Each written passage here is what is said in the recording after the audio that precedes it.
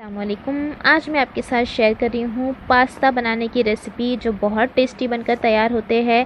Indian style macaroni pasta आप भी ज़रूर बनाएं। तो चलिए बनाते हैं मकरोनी पास्ता की रेसिपी।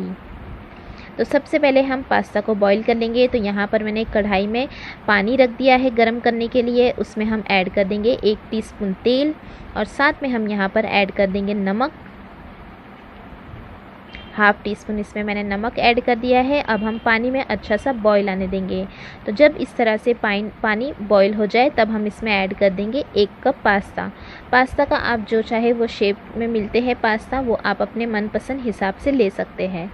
अब हम इसे उबलने देंगे लगभग 7 से 8 मिनट के लिए। हाई फ्लेम पर ही हमें इसे पकाना है 7 से 8 मिनट तक।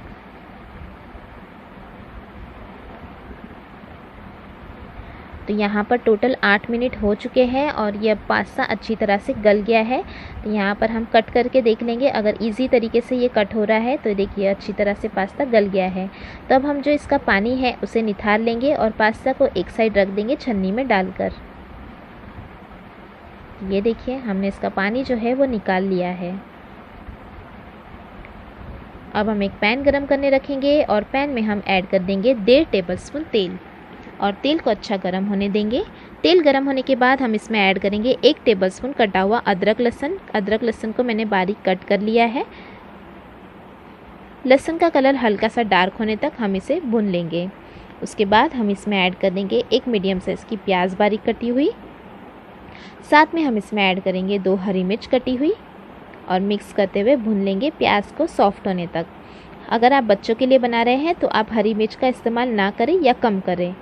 उसके बाद जब प्याज सॉफ्ट हो जाए तब हम इसमें ऐड करेंगे 2 टेबलस्पून कटी हुई बारीक गाजर और गाजर को हम लगभग 1 से 1.5 मिनट तक तेल में भून लेंगे ताकि गाजर जो है थोड़ी सॉफ्ट हो जाए। 1 से 1.5 मिनट भूनने के बाद अब हम इसमें ऐड करेंगे टमाटर। तो यहाँ पर मैंने 2 टमाटर काट लिए थे मीडियम साइज़ के बारीक। तो यहाँ पर टमाटर को अब हमें अच्छी तरह से मिक्स कर लेना है और सॉफ्ट होने तक हमें इसे भून लेना है।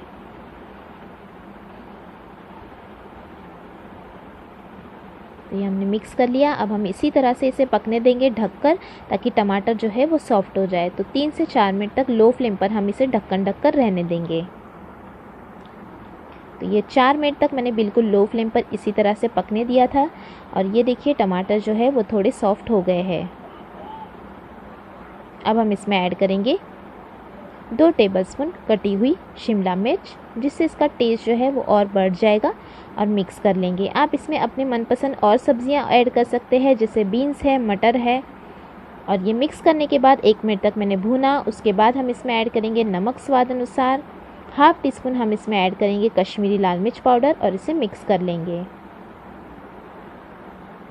कश्मीरी लाल मिर्च पाउडर जो है वो कम तीखी होती है तो मैंने इसमें कम तीखा ऐड किया है। साथ में हम इसे अच्छी तरह से भूनेंगे। तो 1 मिनट भूनने के बाद अब हम इसमें ऐड करेंगे पास्ता मसाला। तो 1 पैकेट मैंने पास्ता मसाला इसमें ऐड कर दिया है, जिससे इसका टेस्ट जो है वो और भी बढ़ जाएगा। मिक्स कर लेंगे। तो ये मसाले को भी हमने मिक्स कर दिया है। अब हम इसमें ऐड कर देंगे जो हमने पास्ता बॉईल कर लिए थे वो। तो ये सारा पास्ता मैंने ऐड कर दिया है इसमें और अब हम इसे कर लेंगे मिक्स। जो भी हमने इसमें इंग्रेडिएंट्स का इस्तेमाल किया है उसे नीचे मैंने डिस्क्रिप्शन बॉक्स में उसकी क्वांटिटी को मेंशन किया है, आप वहां से चेक कर सकते हैं। तो यहाँ पर अब हम पास्ता को अच्छी तरह से मिक्स कर लेंगे। साथ में हम इसमें ऐड कर देंगे कटा हुआ हरा धनिया और फिर से हम इसे अच्छी तरह से मिक्स करते हुए हाई फ्लेम पर लगभग 2 मिनट तक भूनेंगे।